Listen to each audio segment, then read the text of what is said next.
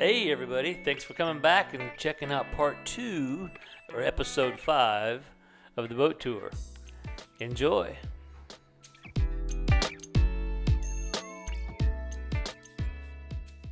Very often. You look along down here, we have 3 of these. We've already obviously removed everything. It did come with the cutlery and flatware. We have another little drawer down here. This had cutlery in it. Obviously more storage in here, and this will give us access, when we remove this panel, to part of the access to the generator, which will run off diesel fuel the same as our engine. And we get to the generator. That's right there.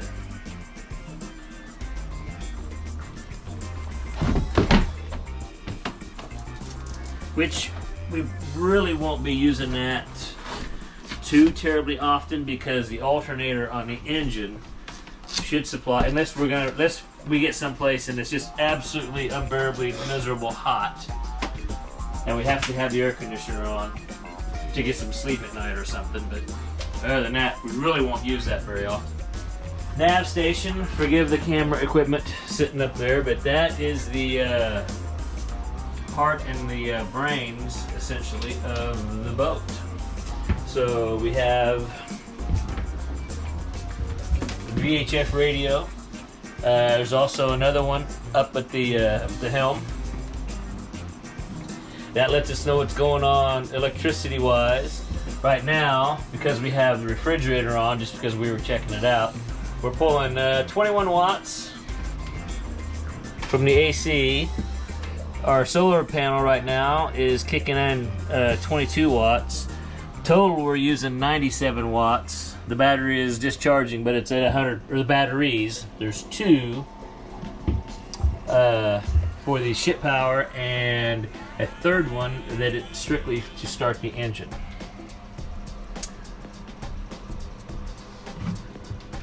Bilge pump indicator that counts off, tells you how many times that thing's gone off. Our holding tanks. This guy here tells us what we've got in our water tanks, which we're going to have to drain here as soon as we get done filming, because we need to winterize it, since it's going to be up out of the water for probably a couple months. The generator, if anybody is curious, only has, and this is a diesel generator, only has 438 hours on it. So that's barely even broke in.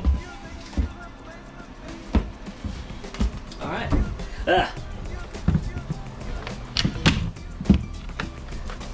One of the access panels to the, since it's a sailboat, your main source of propulsion is obviously your sails. So this is called the auxiliary engine.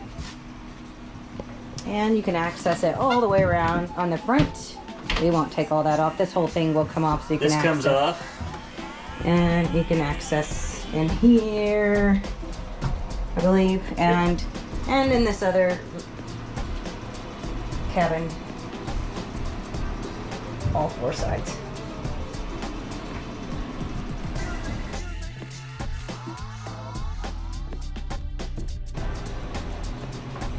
And here's an amazing thing. Since Christy and I are neither one very tall, this bed was actually designed for you to lie thwartship, which means from this angle right here, your head to the left, where she's pointing now, and feet to the right. We can actually fit on it the other way. So we can put our heads back there, or feet back there, and that makes it convenient. It makes it real nice if we put our heads back there. We can actually see the TV from the bed, and I am thoroughly thrilled about that.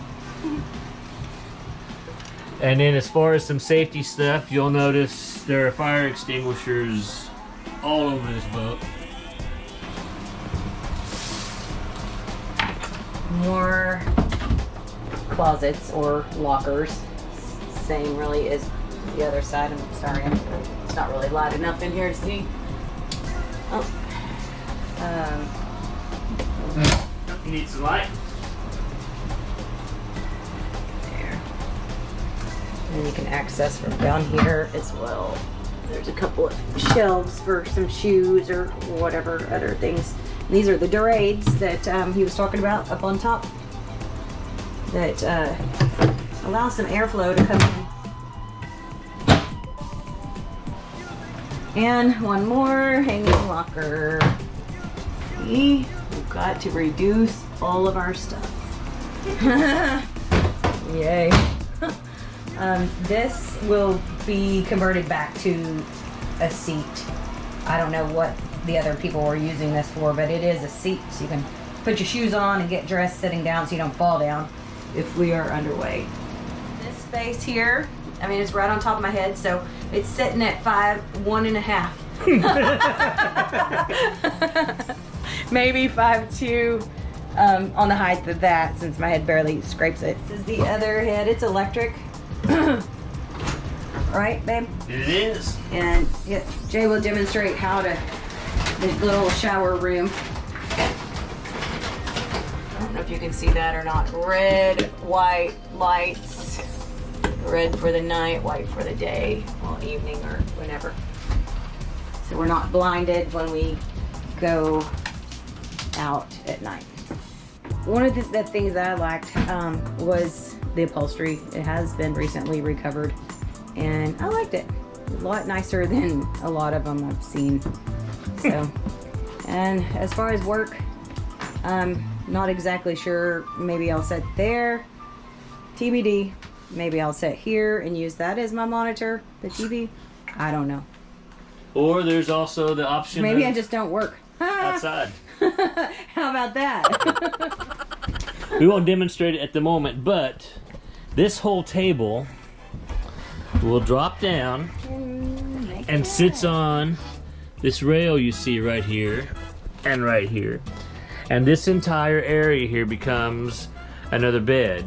And really what this is really probably going to be used for when we're on passage going from place A to place B. The one who's not on watch will rest down here and get some sleep down here.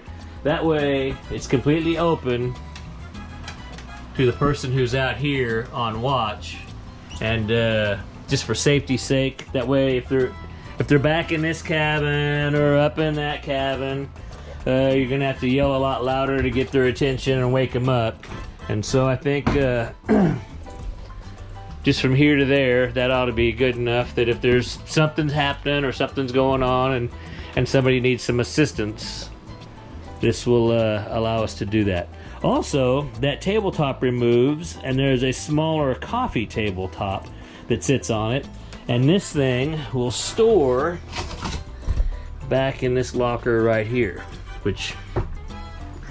and we'll obviously be checking that out and seeing how well that works as well for us. Couple more storage options. Of course, the table. And there are little nooks and crannies all about this boat. Back behind all of this, underneath the hot water heaters under here. We have storage under there. There is storage. You'll see all these holes. Those are meant to be there. That's your access to the bilge, various pumps, more storage. And so, yeah, that's essentially the boat. Compression post, the force of the mast comes down on top of that. And stereo works pretty good. It's inside or out, and of course it hooks up to the Bluetooth, so that makes things pretty nice. You're not limited to that. There is a built-in TV antenna for local channels wherever we go, and it hotspots really nicely. And we are probably going to go with the Starlink RD unit on that. So that's a whole nother video on all that. But this is the SV Frayed Knot. Well, there we go. Thanks for watching part 2 of the Frayed Knot boat tour. We're going to close with a painting my stepdaughter Crystal painted for Christy's home office. We like it, thought we would share it with you. We may be incorporating more family art pieces in future episodes. As always, please hit that like button, subscribe if you haven't already, and share the video. Comments are welcome as well. Until next time.